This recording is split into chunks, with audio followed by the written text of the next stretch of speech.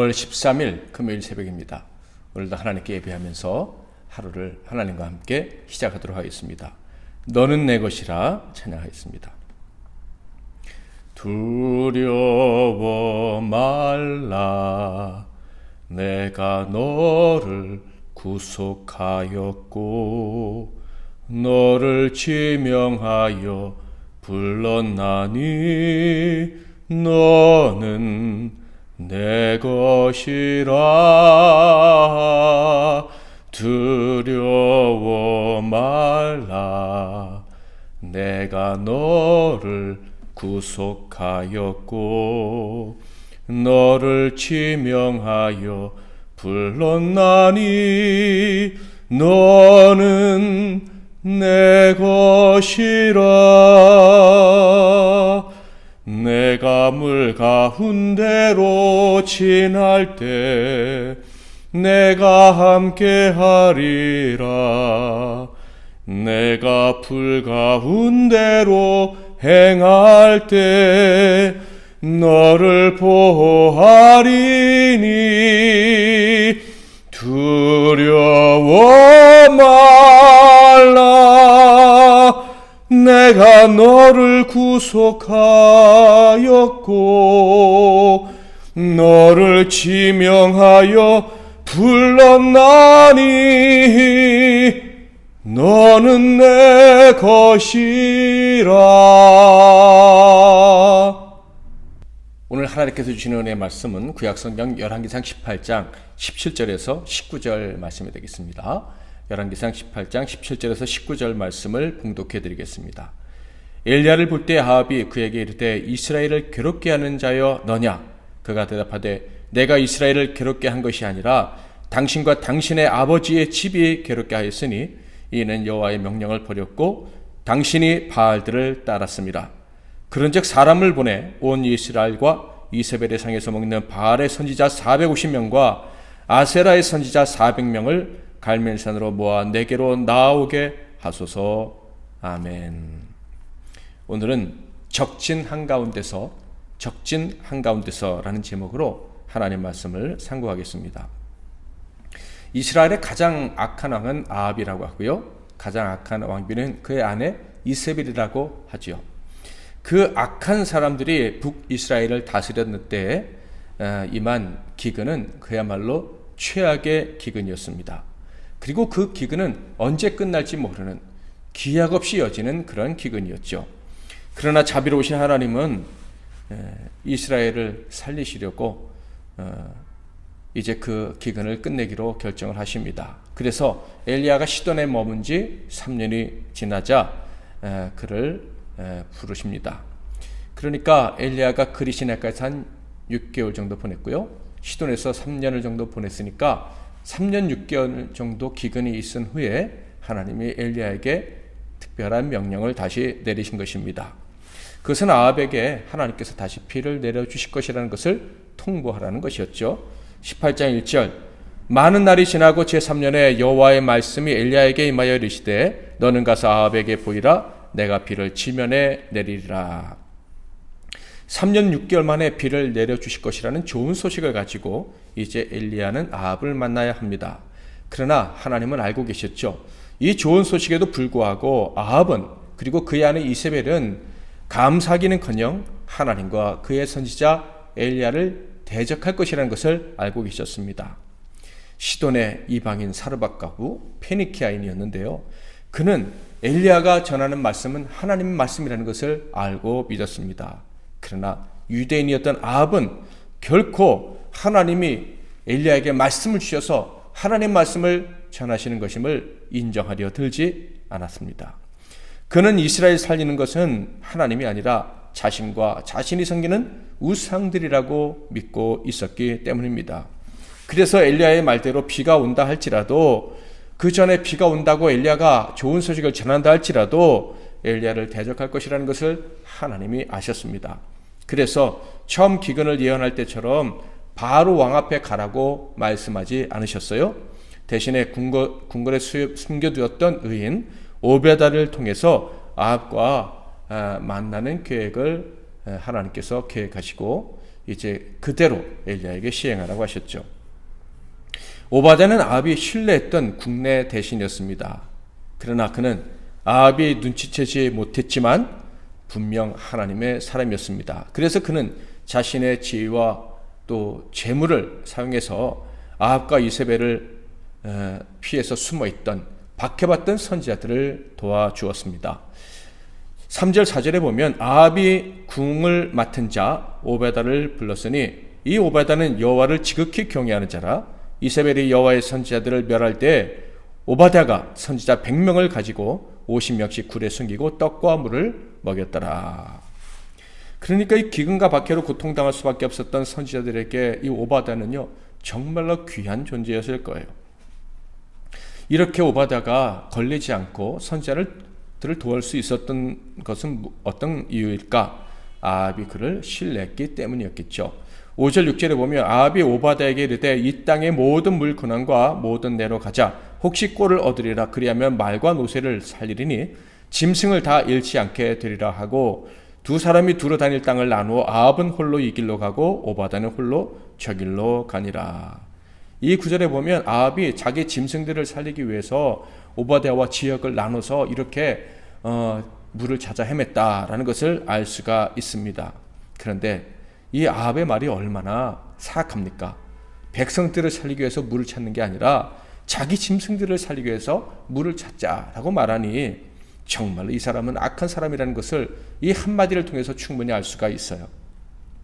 어찌되었던 이 오바댜는 아합 왕에게 신뢰를 받고 있는 사람이기에 자유롭게 여기저기 돌아다닐 수 있었기에 100명씩이나 들키지 않고 돌볼 수 있었다라고 생각을 합니다. 그러던 어느 날 하나님의 계획 가운데서 길에서 엘리야는 오바댜를 만나게 됩니다. 7절 8절 오바댜가 길에 있을 때 엘리야가 그를 만난지라 그가 알아보고 엎드려 말하되 내 주 엘리야여 당신이시니까 그가 그에게 대답하되 그러하다. 가서 내 주에게 말하기를 엘리야가 여기 있다 하라.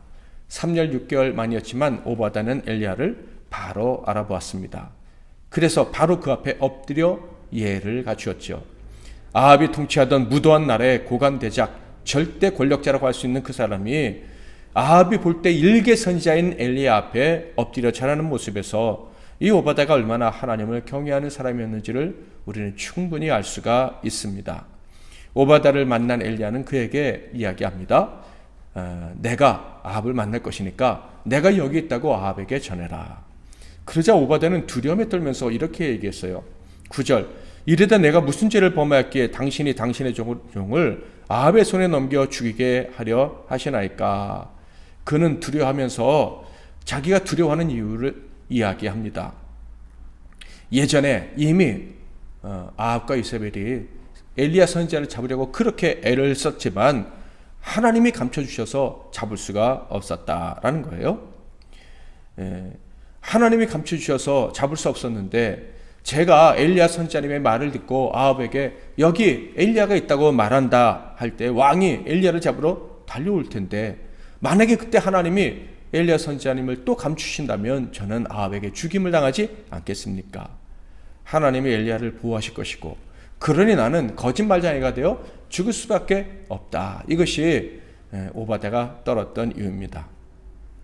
그는 참으로 하나님을 경외하는 자이긴 했지만 아직 믿음은 부족했던 자임을 알 수가 있어요. 용기가 없는 건 아니었죠. 용기가 있어서 선지자들을 그렇게 오랜 기간 먹여 살렸지만 그러나 그럼에도 불구하고 연약한 존재였던 거예요. 아합에게 믿음을 드러내놓지 못했을 만큼 연약한 존재였다. 하나님이 그가 원수의 집에 함께 거했지만 보호해 주셨죠. 그럼에도 불구하고 그는 여전히 두려워하고 연약한 존재였습니다. 엘리야는요 그의 두려움을 이해했습니다. 그래서 그를 안심시키고 내가 도망가지 않고 하나님이 나를 숨기시지도 않을 테니까 아합을 데리고 와라. 그러자 결국 아합을 오바댜가 데리고 옵니다. 그런데 아합이 엘리야를 보고 처음 한 말이 기가 막힙니다. 17절 엘리야를 볼 때 아합이 그에게 이르되 이스라엘을 괴롭게 하는 자여 너냐. 엘리야가 이스라엘을 괴롭게 했다는 거예요. 엘리야 때문에 이스라엘이 3년 6개월 동안 물 없이 고통을 당했다 이런 얘기예요. 당연히 아기를 품은 가득 품은 말이었죠. 뿐만 아니라 이 기근은요, 하나님이 아합의 죄로 말미암아 내린 기근입니다. 그럼에도 불구하고 엘리야를 탓한다, 이 말은 자신의 죄에 대해서 조금 더 깨닫지 못할 뿐만 아니라 여전히 하나님을 대적하는 마음이 가득했다라는 것을 알 수가 있습니다. 이런 아합의 말에 엘리야는 동의할 수가 없었죠. 그래서 이렇게 대답합니다. 그가 대답하되 내가 이스라엘을 괴롭게 한 것이 아니라 당신과 당신의 아버지의 집이 괴롭게 하였으니 이는 여호와의 명령을 버렸고 당신이 바알들을 따랐습니다.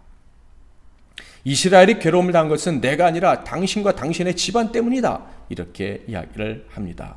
우상 숭배가 이 재앙의 원인이라는 것을 분명히 밝히죠. 그리고 나서 정말 누구 때문에 이런 일이 벌어졌는지 결투를 벌이자라고 이야기를 합니다. 19절. 그런즉 사람을 보내 온 이스라엘과 이스벨의 상에서 먹는 바알의 선지자 450명과 아세라의 선지자 400명을 갈멜산으로 모아 내게로 나오게 하소서. 일대 850의 대결을 벌이자라는 거예요. 그리고 갈멜산에서 대결을 하자고 하는데, 이 갈멜산은요, 지중해가 바라다 보이는 산이라 합니다. 예로부터 무성한 숲과 동물들이 많이 있어서 우상 숭배를 하는데 아주 적격의 장소로 여겨지고 있었던, 우상 숭배로 널리 이용되던 그런 추악한 산이라고 할 수가 있겠죠.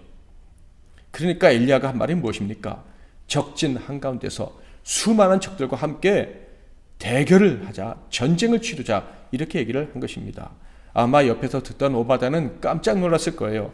적진 한가운데서 큰 용기를 내어 그는 선지자들을 도와왔습니다. 그렇지만 한편으로는 두려움에 쌓여 있었죠. 그런데 엘리야는 자신을 죽이려 하는 그 적진 한가운데로 들어오더니 엄청난 도전장까지 내민 것입니다.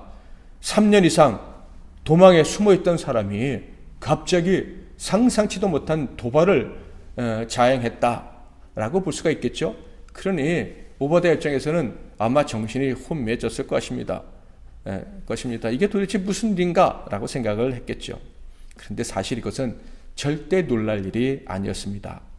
하나님의 자녀들은요, 하나님만을 주권자로 알고 섬기기 시작한 그 순간부터 적진에서 살아가고 있는 것이기 때문입니다. 가장 악하고 강력한 힘을 가진 마귀의 세력에 지배하는 땅에서 살아가고 있는 거예요. 이 적지들은요, 하나님이 아닌 자신들이 생명을 세상에 줄 수 있다고 생각하는 아주 교만한 존재들이에요. 그래서 자기에게 머리 숙이지 않으면 죽이겠다고 위협하는 그런 존재들입니다. 그러므로 하나님의 사람들, 하나님이 생명을 주신다고 믿는 사람들은요, 이 악한 존재들인 마귀와 그의 수하들에게는 절대로 받아들일 수 없는 최악의 존재들인 것이죠. 그러니까 하나님을 믿는 사람, 예수를 믿고 하늘로부터 내려오는 생명을 가지고 살아가는 사람은요, 그 믿음을 가지고 살아가는 순간부터 적진 한가운데서 살아가는 존재들일 수밖에 없는 거예요. 하나님이 엘리야를 적진 한가운데로 보내셔서 수많은 적들과 싸우게 한 이유가 바로 여기에 있습니다. 적진 한가운데서 살아가는 우리들에게 용기를 주기 위해서죠.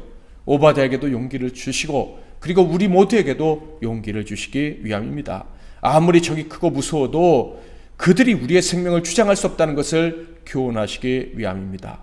하나님의 백성들의 운명은 오직 하나님께서 책임지신다는 것을 알리시려 엘리야를 보내셨던 것입니다.